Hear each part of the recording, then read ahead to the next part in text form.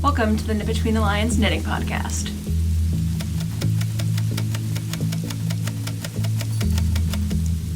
Hello friends, my name is McKenna and welcome to the Knit Between the Lines Knitting Podcast. It's been about 4 months since I've last chatted with you guys, and as you can see, my background is very different and I have a huge pile of finished objects with me today. So grab whatever project you're working on and let's jump into it. It has been a really long time since I have last chatted with you, so I believe our last podcast was around sometime in February. It is now June 28th, so it's been a while. The reason why I have not been around for a long time is because my husband and I have been in the process of apartment hunting and then moving, unpacking, and settling back in and trying to reorient ourselves in a new neighborhood and a new apartment and kind of getting back to normal, essentially. So it's been a while. I have been exhausted. I have finally reached a point in this process of like being rested and kind of back to routine to where I feel like I can finally sit down and chat with you guys. That being said, that also means I have 4 months worth of finished objects to share with you. So I guess let's just do finished objects first. We're going to go in order of projects from last time. This is all going to be projects that I was actively working on in the last episode, and then we'll dive into all the projects that I've casted on since and finished. So the most anticipated project that was to be finished was Cameron's Roo sweater. And it has turned out so good. I love this sweater on him. It fits him perfectly. He's obsessed with it. He's also treating it very preciously. He's very worried about ruining it, very worried about getting stains on it. But I did finish it just in time for him to kind of get a few wears out of it, and he loves it. I'll post some pictures here so you guys can see it. I was using Explorer Knits and Fibers Rockies DK. The green is their forest floor and the like taupey color is woolly. This was from their monochrome collection. I have bought in this yarn a while ago and had finally casted it on like back in, oh my god, was it December? Sometime earlier, like late last year, earlier this year. Because Cameron really liked the pattern, he really wanted a sweater, and he's super knit worthy. So I ended up knitting the size 8 for him. He has a 50-inch chest. He is quite broad in his chest and his shoulders. So I chose the size 8, which was gonna give him, I believe, I wanna say 3 inches of positive ease. And he does not like a crop sweater. Most men do not like a crop sweater. So we went full length. I ended up going, I think it's 18 inches from the underarm. Because basically when I had him try it on, he was like, I wanted to hit right here on my jeans, which is like the top of his pocket on his jeans. So I measured from his armpit down, and that was 18 inches. So I knit it to 17 inches, and it grew that last inch when blocking. And here she is in all of its glory. It looks so good, you guys. Honestly, the super geometric colorwork pattern, it kind of sucked to knit because there was a lot of charts to flip through for the sleeves, the chest, and the back because it is a raglan. It's like a contiguous saddle shoulder but also raglan shaping. So I had 4 different charts I had to shuffle through the whole time. So it was kind of annoying to knit, not gonna lie. And it was definitely not a portable project by any means. So this was essentially relegated to just when I was home. I couldn't take it to knit nights. I really couldn't take it with me to the car anywhere because I do like to have a project with me in the car. So it took a while for me to finish, but absolutely obsessed with how it turned out. Cameron loves it. I can't wait for fall to hit so he can wear this more often because I finished this right at the end of winter going into spring, which here in Portland, Oregon, it's still pretty chilly. Like, it's the end of June and we were still having like 50, 60 degree days in June. So he definitely still got some wear out of it, but I can't wait for it to hit fall and winter and he can really like get this into his wardrobe and wear it more often. I've already decided, because this fit was like absolutely perfect for him, that I want to knit him a solid version but following the same specs from the pattern, because I feel like a solid sweater with this shape would just look so good. So definitely recommend the pattern. It is a labor of love. You just have to shuffle through a bunch of charts.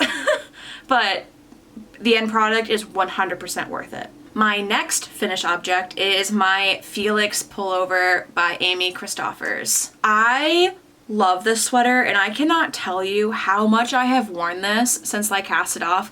In the last podcast back in February, I think I literally just had like the cuff of a sleeve left, or like a portion of one sleeve left. I have since finished it and have worn it constantly. I don't know if it's a combination of the pattern, the fact that I had such a fun time knitting it because it's a worsted weight yarn held with a surrey or the mohair lace weight, so super quick to knit up, and I loved the yarn. Here is what she looks like. Absolutely beautiful. This is using, again, Explorer Knits and Fibers. This is their freshwater mussels on their Carlsbad worsted base. And the mohair I used was Knitting for Olive soft silk mohair in petroleum blue. The petroleum blue soft silk mohair was like a perfect color match for this yarn.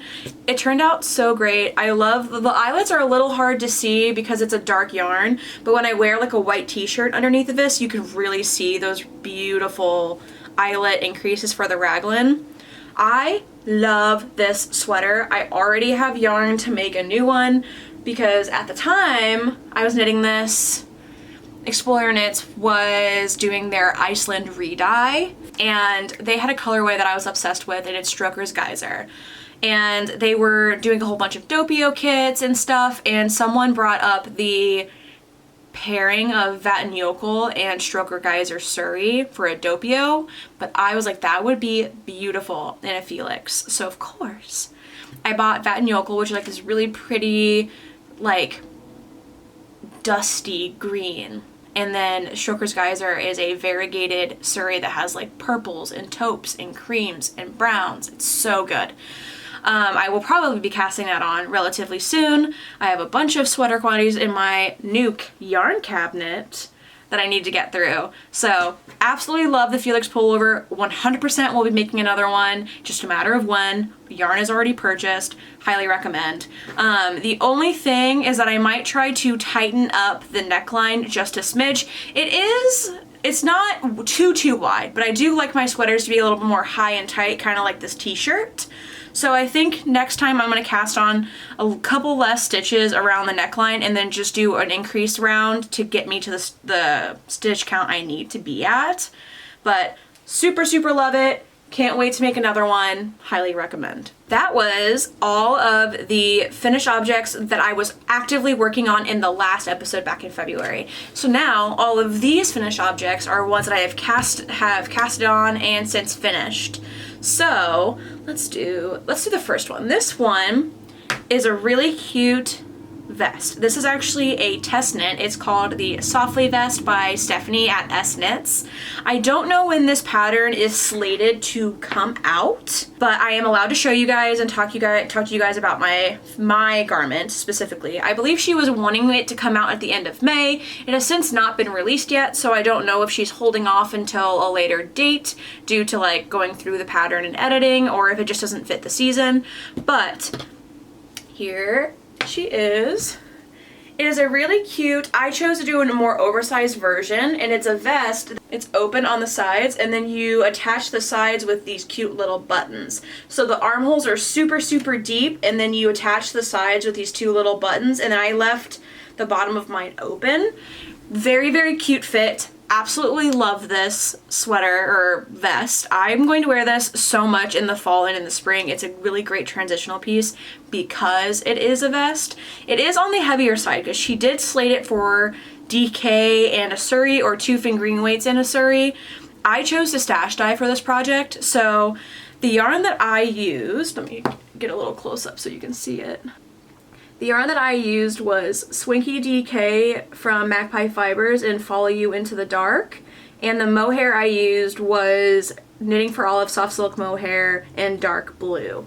This was yarn I already had in my stash, and I did a swatch just because I was really trying to not buy more yarn because I have a lot of yarn that I need to get through. So this was yarn abandoned from a project that I was knitting and ended up not liking, so I swatched it together, 2 separate projects by the way. I swatched them together for this test knit, and I just really, really liked the soft marl I was getting, because Magpie Fibers Follow You Into the Dark is a very like petroleum green blue, like oil spill green blue. And the Knitting for Olive dark blue is very much like a true like navy blue. So it gives a really, really subtle, beautiful variegation in it. And I am just like obsessed with it. It might be kind of hard to pick up on the camera. I chose to use these really nice soft gray River Rock buttons that I had purchased from Bella Fita Studios on Instagram. I think that's her name. I don't know. But love this. I'll post some pictures of me wearing it as well. Super cute, absolutely love it. I don't know when the pattern is coming out, so just keep an eye on my Instagram, or I will probably mention it in future podcasts when it does come out. But love this pattern. I do have yarn to make another version, a more like not as oversized. I ended up knitting the size 7, which gave me like 8 to 9 inches of positive ease because I really wanted like that flowy, oversized look. So I have yarn to knit a more fitted version, just for like a different vibe, and it's a different color. It's a really pretty maroon yarn. So eventually when the pattern comes out, I'll probably knit myself another sample just because it was really easy. It's a fast freaking knit because it's such a large gauge. So highly recommend. I will keep you guys updated for when it comes out. My next finished object that I have since casted and finished since the last episode is the Traveler Hoodie by Andrea Mowry. This is one of the patterns I had mentioned in my fall project planning video, and I know I was being overly ambitious in that video, but when Drea Renee Knits March to May knit along came around this year, I had already had, I want to say like 4 inches of this casted on. So that knit along was very much the initiative I needed to like really buckle down on this project and knit it. I will say it was a slog because I had just gotten done knitting really heavyweight projects, so going back down to sport weight yarn was a little jarring. And not to mention, the Traveler Hoodie has this all over horizontal rib motif where it's a bunch of knits and then purls. So it takes longer because purls take longer. So it definitely was a labor of love. I am obsessed with it though, and I have worn it constantly, especially in the last couple weeks where we've gotten into like late spring, early summer, but it's still a little chilly. So this has been a perfect layer for me to throw on because it's super lightweight. But here is my Traveler. You can't see it because it is really heavy, but I do have a hood. I love this color so much. I actually bought this yarn at Sacred Sheep in November of last year, and it is Magpie Fibers Nest Sport, which is their non-superwash base. I believe it's a Corriedale, and it is in the colorway Into the Mystic, which is this really, really pretty, like super icy lavender color. And then of course, if you knit a Traveler hoodie, your I-cord has to be a fun pop of color, right? I initially was just going to use my main color yarn as my I-cord as well, but I decided, oh, you know, let me go see what I have in stash. And I actually had some leftover Spin Cycle Dyed in the Wool Bruised Ego in my cabinet from back when I knit my tessellated pullover like 2 years ago for Rhinebeck. So I just grabbed what I had of that, and it's really fit the vibe because Bruised Ego is essentially just a bunch of different shades of purple. There's a little bit of like pink, dark pink burgundy in there as well. So I just use that as my I-cord. So, and you can even tell the one strand is more of a light purple, the other one's more of a bluey purple, but I really like it. I think it's perfect. It has just enough contrast to stand out. This took me so long. It's super lightweight. It's just like the perfect amount of warmth for like spring, late summers, early fall, because it's super lightweight, but it has just enough of some warmth. So really, really loved knitting this. I knit the size 5, I believe.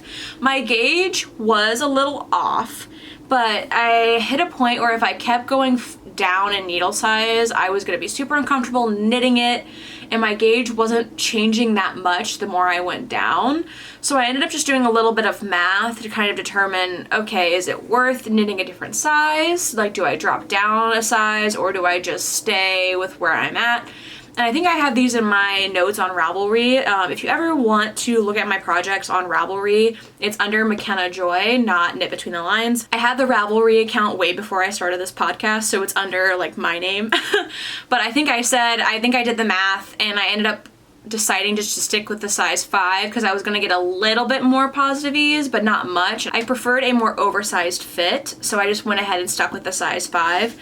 And I did knit my body slightly longer, just because I didn't want a super cropped body. This motif, like the ribbing itself, does grow quite a bit lengthwise, so just keep that in mind. She does mention in the pattern how like to do the math in order to determine how much to knit to get the length that you want, which is really, really nice because I was able to use that to kind of guide how much to knit. I feel like everyone at this point has probably knit a traveler hoodie. I kind of want to knit one in Handspun. I've seen a lot of people's Handspun version of the traveler hoodie, and they're so cute and so cool. I just don't know if I'm in that point yet of my spinning journey to spin for a sweater. I'm still figuring out my life when it comes to spinning. Now, on to my next one, which is also a finished test knit. This one actually just came out yesterday, Friday, June 27th. This is the Staffin Lite pattern by Rebecca Clow from the Crea Bea. I love the end product so, so much.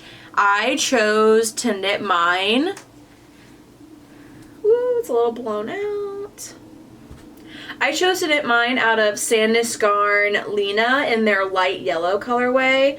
And I love this so much. I have some really cute pictures that I took for the release day just to add to my project page and add to Instagram so everyone could see what like the DK version in a size 5 looks like.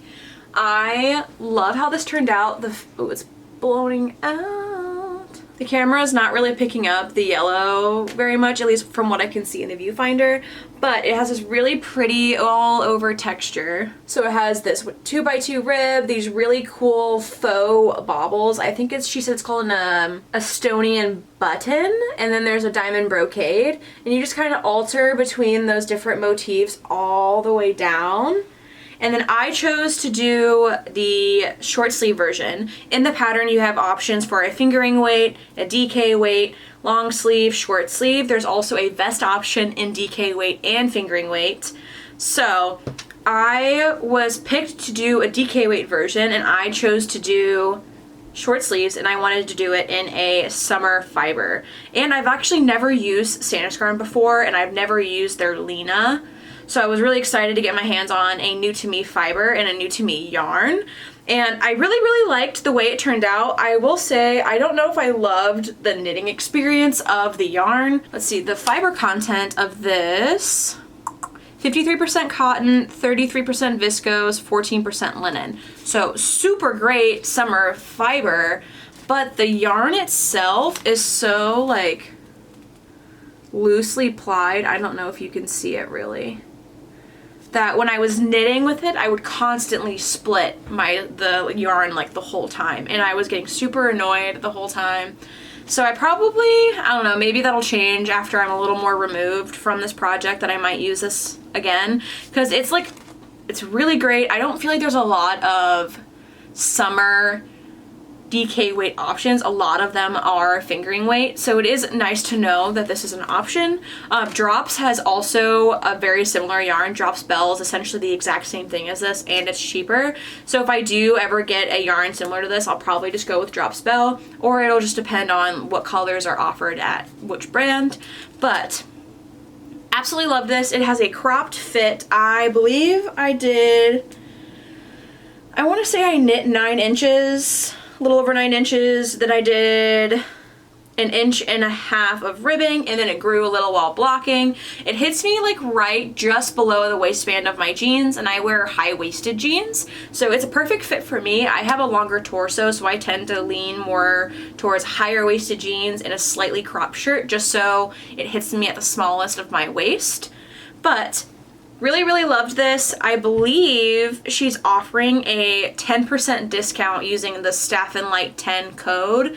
I don't remember for how long. Let me look. Until the end of the weekend. So I'm hoping to get this posted on Sunday, the 29th. So hopefully, if you're watching this and you really like this pattern, if you use Staffin Lite 10 at Ravelry.com, you get 10% off the pattern. So highly recommend it. It's a really, really fun pattern. The texture definitely kept me interested the whole time. I was having a little trouble with the faux bobbles right here because I don't know if I just wasn't pulling my yarn tight enough, but I was getting these little gaps between the faux bobble and the stitch like before it. So I kind of had to wiggle my way through it a little bit and like tighten it, and then have to go back through and kind of adjust the strands of the yarn so it kind of tightened itself up and that hole kind of went away, which I actually did. It definitely did. You can't see it nearly as much anymore, which is super great. I think blocking also helped, but just keep that in mind. That part was also a little annoying. I know some people that did the test actually completely opted out of the Estonian buttons, and they either just did stockinette in those little rows or they did little eyelets as well, so totally optional. Highly recommend the pattern. I love the fit so much. It's probably one of the best fitting summer t-shirts I've knit so far, so I am planning to essentially knit this again but without the texture in a different color, so I have just like a plain t-shirt because I really liked how it fit. I just won't have the texture in it. Of course, I fell for the butter yellow trend, but I really, really enjoy it. The color definitely also incentivized me to continue to finish it because it was just a great color, and all I wanted to do was work on this. So that's all I have for garment finished objects. I promise you guys we're almost through. I promise. I told you guys I had a lot. So even though I haven't been filming, I've been knitting for sure. So the one that I'm probably the most excited about of the last two finished objects we have is my Handspun Harlow. This is the Harlow hat pattern by Andrea Mowry, and at the time, back in February, I was spinning to do a Spin It to Knit It Harlow knit along, spin along that a YouTuber, her name is Mackenzie from M to the Third. She was partnering with some other YouTubers and doing this like spin it to knit it, knit along, spin along. She's actually local to me as well. She goes to my knit night. So I was really excited to be involved in that. And then it kind of just got put to the wayside because we were hunting for apartments and packing and moving and doing all that stuff. So I never got around to actually finishing it during that like time frame for the spin along, knit along. But I did finish it recently, and Cameron is so stoked. So here she is. I actually love how this turned out. I'm genuinely surprised on like how even the tension is, because I'm telling you what, that yarn did not look that even in the cake. It did not look that even when I spun it, but you can't even tell. I think it helps that it's a brioche hat, so the texture kind of hides the inconsistencies of the yarn, but it looks so good. I just did a one color Harlow because I had plenty of yarn. The colorway is Wooden Ducks from 316 Dye Studio on their Polworth base. Really, really love spinning it, loved knitting with it. It was super great. Cameron wanted like a really thick brim, so I opted for a 3-inch folded brim. So I basically just knit it 3 inches longer than the pattern stated, and then you just fold it up. And yeah, he really, really likes it. It looks really shallow because he kind of has a shallow little head, shallow little noggin. I don't have any like super professional pictures of him wearing it, but I have these really cute ones that I took to put on Ravelry just so I could finish the project on there. But really love knitting this. I kind of want to knit one for myself because it's really fun to spin your own yarn and then actually knit with it. This is the first time I've knit with my own handspun. Honestly, it gave me a lot of confidence to continue spinning and to actually knit with my handspun because it looks so much better knit up than I ever thought it would be. And it's just like, it's so cool that like I created this from like start to finish. Like I spun the yarn myself, I knit it myself, and like my husband gets to wear it. He jokes and says that he can feel the love in this hat because not only did I knit it for him, but I also spun it for him. So it's really cute. He does have a bigger head than me, so it is a little big on me, but really, really cute. I really love the striping that happened. I essentially just did a 2-ply. I split it in half and just spun it from end to end. My hope originally, I originally wanted to do a chain ply and to kind of keep that color changing intact. When I practiced chain plying, it was awful.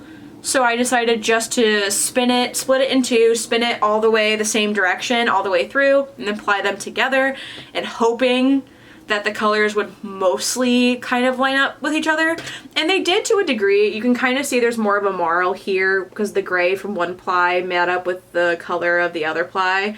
But I kind of really, really like it. You still get that really cool striping effect. And I kind of like that the marling kind of softens it a little bit. So if you're afraid to knit with your handspun, just do it. It honestly turns out way better than you thought. Like I can't even tell that this was a super inconsistent handspun. The last, I promise, the last finished object I have is just these really cute vanilla socks that I knit. They are definitely a little they're not in perfect condition because I have definitely worn these. I have definitely worn these since the last time I talked about them. But these are just a really cute vanilla sock. This is Saruman's Storeroom from Tiny Human Knits. It's her Lord of the Rings collection she did a while ago. Very autumnal vibes. I've discovered that I really like this kind of like, it's not a shorty sock, but it's not like a long sock either. It's just like 3 inches of a leg. And I really like the way that sits on me. I do have bigger calves. Half the time when I knit socks, if the leg is too long, they're too tight around my calf, so then they slide down. I just don't want to deal with leg increases and decreases and all that jazz. So I just started doing this and I really like the way it fits.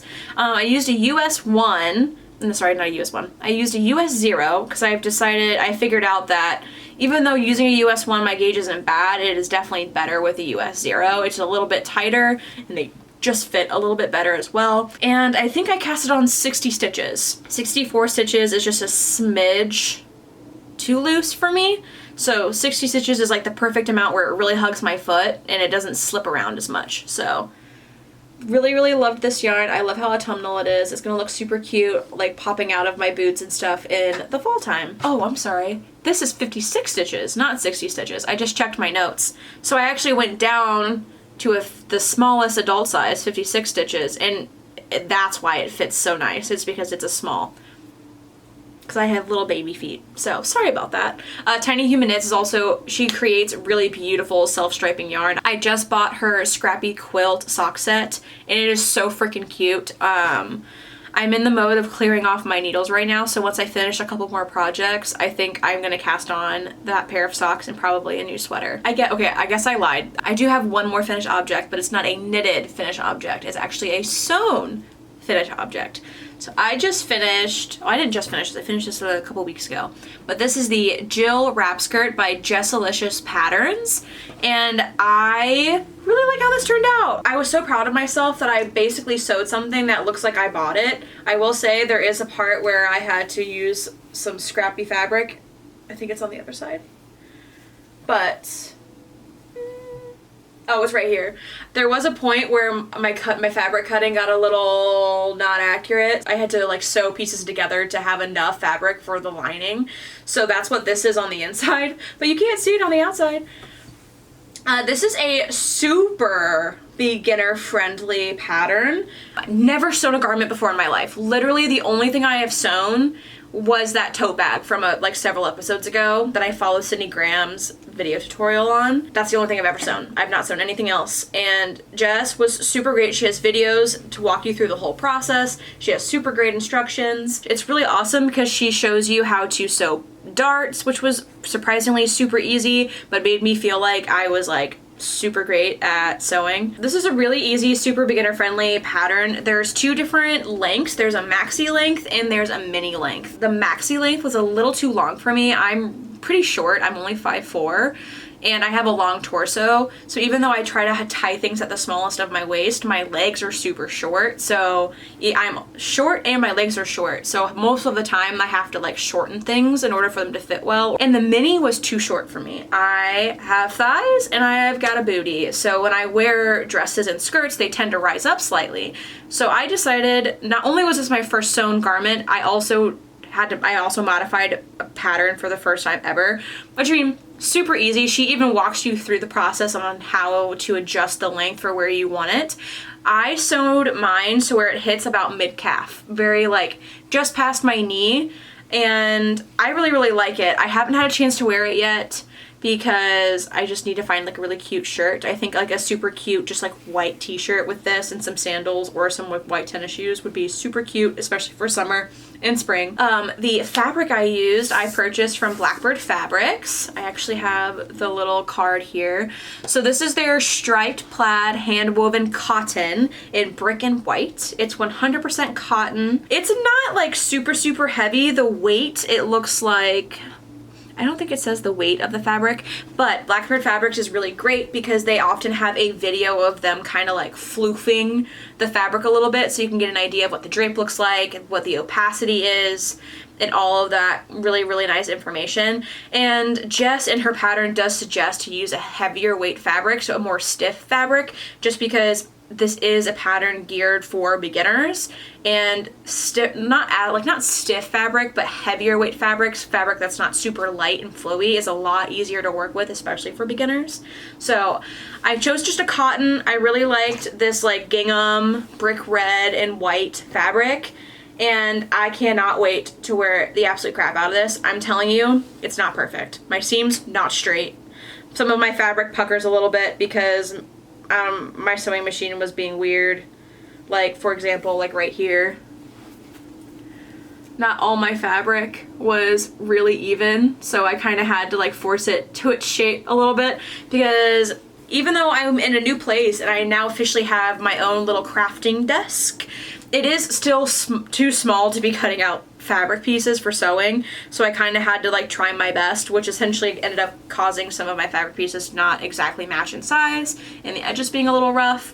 But honestly, I don't feel like, if you're not a sewist and you're just a regular person on the street, you would never know. So, and I can't even tell really, and the fact that I even like made something like this is a win for me. Like, I am astonished that I could even do this. So if you're looking for a super beginner friendly pattern, highly recommend this pattern. Super easy to customize, super great resources, really well written pattern. Okay, so now we can finally get into whips. I only have 2 active whips at this time, and they're 2 whips from February. Yes, I am still working on them, and I bet you can guess which ones they are. So the first one is, shocker, the Attune Shawl by Andrea Mowry. The reason why this has taken me so long has nothing to do with Andrea or the pattern itself at all. I love the pattern and it's super fun to knit. It's a fingering weight, sport weight shawl, and it's half fisherman's rib and brioche, which means you essentially are knitting every row twice. So small needles, thin yarn, essentially double the amount of knitting to get the same amount of length, right? So it just takes a while. And I also had to rip out, I talked to you about this last podcast or a podcast or 2 ago, I'm not sure.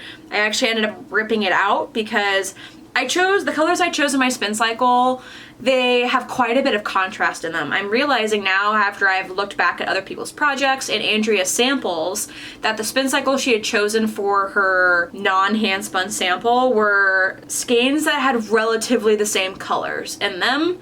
So they kind of blended really nicely when she knit through each skein, whereas mine have way more contrast. And I originally wanted to knit with Lathe first, which is like this really pretty green teal spin cycle, and then I was going to then go into Family Jewels, which is a way more vibrant blue, green, yellow, orange yarn, way more saturated, way more bright, and then that was going to go into Light Years, which is a way more light green, blue situation, but still pretty bright. But when you put all of them together, there's quite a bit of contrast between the three of these. So it wasn't giving me the gradient that I was looking for in my noggin. So I ripped it all out, recast it on, and I decided to do stripes. So I'm striping my 3 contrast colors instead, and I'm kind of on a small cable right now, but let me see if I can. Here's how she's looking.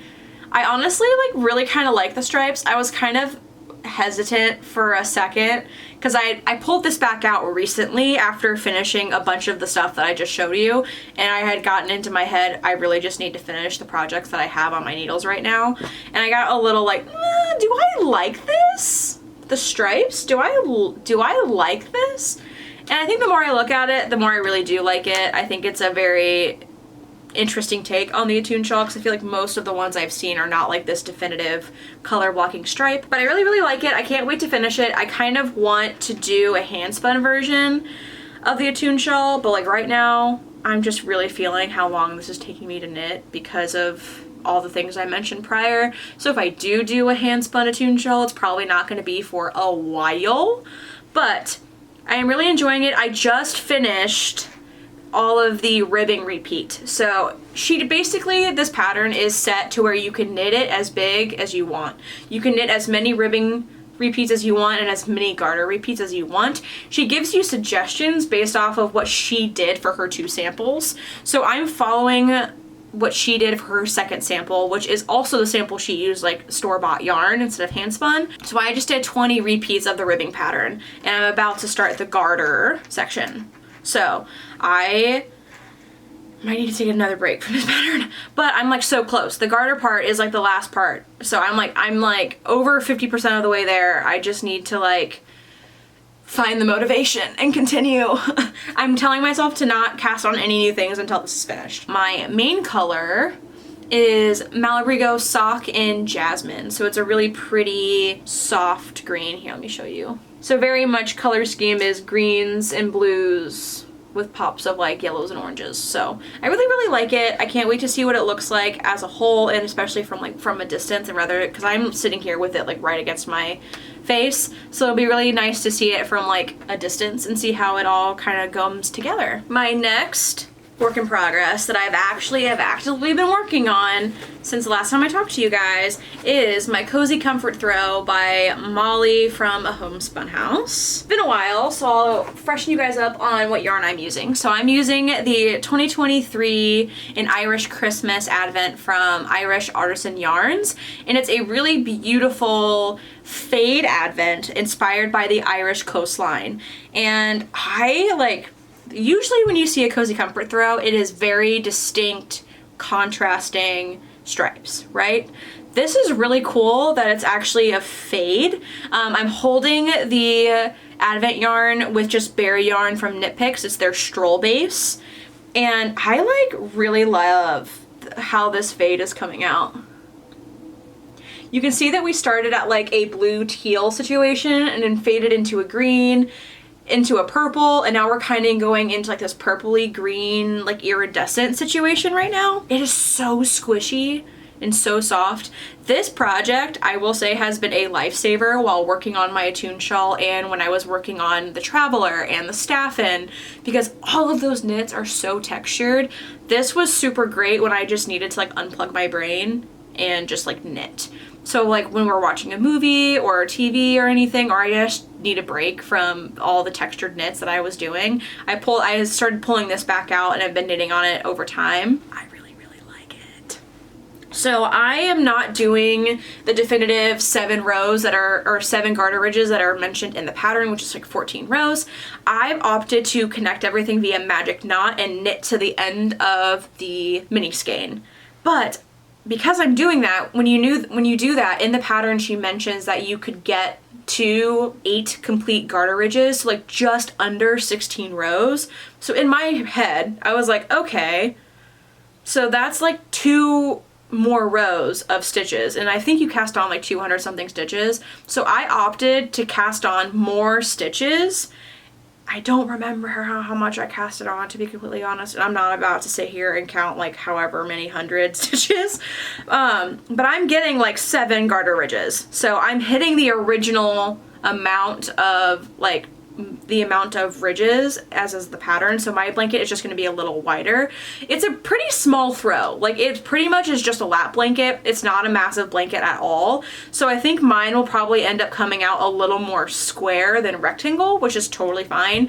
It's probably going to end up sitting or laying across the back of my computer chair here, just to have for when I'm in the office and I need a little something to like go over in my lap while I'm working on the computer or editing or knitting or sewing, spinning, any of that kind of stuff. I really love this pattern. It's super great for advents. It's super great for scraps. It's really, really easy. I just also love how uniform and cohesive mine is coming out because of the fact that it is a fade advent.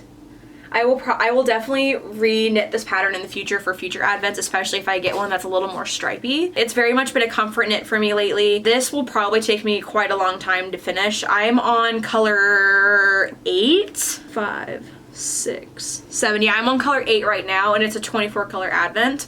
So I have quite a bit to go through, and I will block this because it is a wee bit short, I won't lie right now, but when it blocks, it'll definitely stretch out because garter very much is like a very stretchy kind of fabric. So it will get blocked very loosely, not aggressively at all, just to like really expand it as much as possible. If it hits a point where I'm like, maybe I shouldn't have casted on that many stitches, I'll rip it out and start over and cast on the right amount of stitches because for whatever reason, sometimes I don't trust the pattern. So we'll see how it goes, or it'll just be a really awkwardly sized blanket that I just throw on my lap when I'm in here. We'll see, but super like it. Super great for advent, super great for scraps. I definitely am accumulating scraps over time too, so maybe I'll just I'll make a fun scrappy version at some point when I have enough to work through. When it comes to spinning, I do not have any active projects at this time, but I am prepping for Tour de Fleece. Tour de Fleece is something spinners have started doing in like concurrently with the Tour de France, which is the bike race over in France. So while every day that the bikers are biking, we sit down and we spin. And this is the first time I've done Tour de Fleece, and I'm really, really excited. Tour de Fleece last year is what inspired me to get into spinning because I am a part of a Discord group with Flannel and Pearls, Christopher, over on YouTube and Instagram, and everyone was spinning during Tour de Fleece, and I had just moved here and I was meeting all these people and I was going to these really cute spin in the park like days where I was just knitting and talking to people and getting super inspired. So I bought my wheel after Tour de Fleece. I didn't have a wheel last year during Tour de Fleece, so this is my first one and I'm super, super excited. So I have a plan. I have an idea. This is all fiber that I've had in my stash for, one of them I've had since last year. I think the other ones I bought pretty soon after getting my wheel. So my plan is to do a 3-ply combo spin and hopefully get enough yarn to knit the Traveler Shawl by Andrea Mowry. Andrea actually did, I don't know if she hand spun both of her samples, or I know she did at least, I think they're both. And she even says like how much fiber she used and the weight of the yarn that she achieved. Both of them being 3-plies. One she ended up spinning as a sport weight and one she spun as a DK weight. The one she spun up as a sport weight only used 1 braid for each ply, so that's my goal. I don't know if I will achieve it. I don't know if I can spin that thin consistently, but we're gonna try. The whole point of Tour de France is to challenge yourself as a spinner and like spin every day and do all these things. So I'm really excited. So let me show you what I'm thinking. So 3-ply for the Traveler. The first ply is this really beautiful, warm toned, yellow, peachy, orange taupe fiber that I got from Hello Lavender last year at Flock at 2024. This is actually the Flock 2024 exclusive colorway that she created for Flock. It is 100% Rambouillet, 20 to 23 microns, and it's 4 ounces. And all of my braids are 4 ounces. That's the typical like amount for most hand-dyed braids. So this is going to be 1 ply. The second ply is going to be from Yarn Jam. This is the colorway At the Shore. And it's Shiniko, so it's 100% natural Shiniko, which is a mix or a cross of merino and rambouillet. And it's just this really pretty like cream, yellow, orange, and then there's these like spots of this blue, green, there's a little bit of a vibrant pink. So here's 2 plies together. And then the third ply, to offer some contrast but still be kind of in the same color family, is also from Yarn Jam, is Spring Break. This is the same base, so 100% natural Shiniko, which is again a cross of rambouillet and merino. This one has a lot more contrast in it. So we have a way brighter orange that you could see here. And then we have that minty green that we were getting picked up in this one. Then we have this really nice like gray, like warm gray through here. And I feel like the plies kind of lead into each other a little bit. So like we have this really, really warm pastel, peachy yellow, pink braid. And then we go into At the Shore, which has the same colors, that like peachy, slightly orangey yellow, but then we start to get these greens and these blues. Let's see if I can hold this all up together.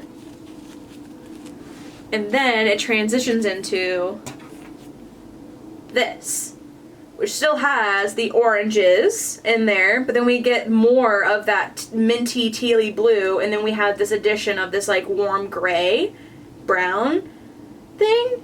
And I feel like it's great because we have, like, they all kind of go together, but there's enough of contrast, I think, between, like this one provides enough contrast that it'll keep the yarn from looking muddy. I could totally be wrong, and this could actually be a really bad idea. So let me know in the comments. If you think it's gonna look really, really bad, please tell me now before I'm in too deep and then I like waste all this fiber. But I think it's gonna look really cool, and I think it'll look nice as a traveler shawl. I don't know. I don't know what I'm doing, guys. This is the first time I'll ever be doing a combo spin before. So like picking out the fiber and like the colors kind of stresses me out. So like give me some advice, give me your thoughts in the comments. Let me know if this is a really awful idea or if you think it'll look really good.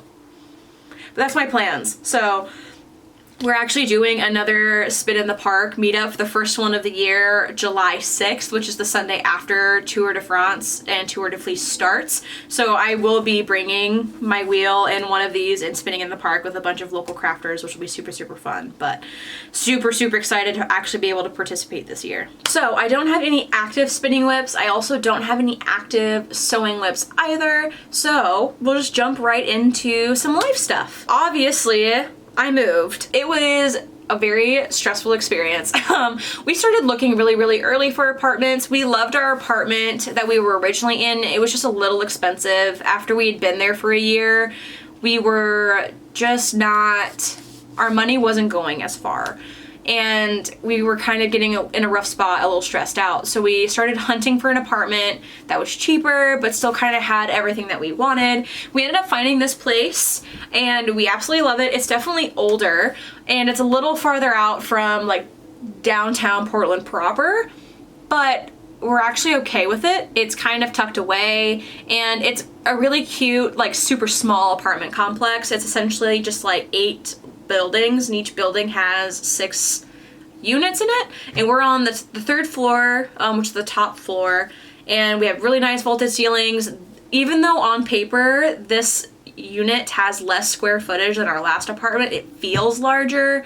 And we have a really nice hobby room office space, which is where we are now, and it's super great because I get to have my own crafting table with my sewing machine and my spinning wheel, and my husband, who's amazing, bought me these really beautiful IKEA billy shelves with these glass doors for me to put all of my yarn, all of my fabric, all of my wool and my tools in. And that way I can actually see what I have and be inspired by what I have. Whereas before, everything was kind of just in these big Sterilite plastic containers shoved in a closet. So I never saw my yarn. So I ended up buying yarn when I got excited about new releases or new patterns. But now I can just walk in here and look at my shelf and pull yarn when I feel like I want to try something, when I feel like I want to cast something new on, which is super, super exciting. And it's nice to feel like I have also my own space in the apartment as well. So my half is here, and then he has his own half where he has his gaming PC and his Lego shelves, and we have a bunch of cute like knick-knacky things around and things hung up. We absolutely love the apartment. It's definitely cheaper. It's saving us a lot of money, and my commute to work hasn't changed. There's a bus that I get to take right up to the hospital that I work at, which is amazing. If you guys are interested in a kind of a tour of my new crafting desk and more information about my yarn shelves, just let me know down in the comments. I can definitely do that. That's probably the biggest thing that's happened in the last couple months. That's pretty much consumed our entire lives the last 4 months. This is again the first time where I felt like I've had enough energy, brain space to sit down and do a podcast, and I'm super excited to be back. Hopefully you guys are happy that I'm back as well.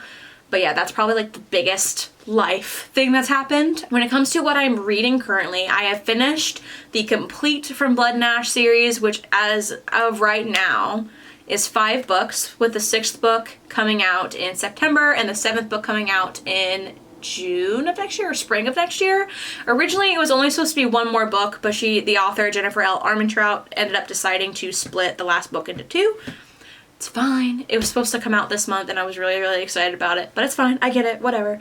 So I finished the existing 5 books of From Blood and Ash, and I've also finished the whole prequel series from Flesh and Fire, which is all about Sarah and Nikotos, which is Poppy's ancestors, which was also really good. It's basically the same storyline to a degree, but you know, I guess it's genetic. But super good. Right now I'm currently reading One Dark Window by Rachel Gillig. So cool. I was talking to one of my coworkers who I recommended the duology to her before I even read it, and I was just telling her how I've heard it is a just really different approach to magic systems for a fantasy, and it really intrigued me. It's also like a gothic romantasy situation. I'm almost like halfway through it right now, and I really, really like it. It's very good, very different, very refreshing. Sometimes I feel like when you're in a genre for so long, or you're reading an author for so long, it starts to feel a little repetitive, a little monotonous. So it was really cool to not only read a new author, but read an entirely different concept, a entirely different magic system. So I'm really enjoying it right now. It's a duology, so I'm currently reading One Dark Window, and then Two Twisted Crowns is the final book of the duology. And she just released a new book called The Moth and the Night, which is totally unrelated to this series, but same gothic romantasy vibes, and I plan on reading that as well. So if you have any other book recommendations, drop it down below for me, because I'm definitely back into my reading era, which is nice. Usually I kind of float between my hobbies, like I'll either be really into reading at the time, or really into knitting at the time, or really into spinning at the time, but I'm starting to figure out how to kind of balance all of my hobbies, which is really, really nice. Alright guys, that's all I have for you today. It's been a long 4 months since I've last talked to you, but I really hope I can be more consistent in filming again. I'm hoping to do once a month or every 2 weeks. Hopefully, I think that is more obtainable for me. I do have a full-time job, and your girl is tired all the time. So I do hope to be more present on YouTube again now that we are settled in our new place and life has calmed down a little bit. So if you liked this video, if you just want to give her a little like, that would be amazing. If you want to stick around for some more crafty goodness and some more chatting about books and knitting and spinning and all the things, just hit subscribe and click that bell icon to get any notifications for when I post in the future. Thank you for stopping at my little crafty corner here on YouTube and sharing your time with me today. See you next time. Bye.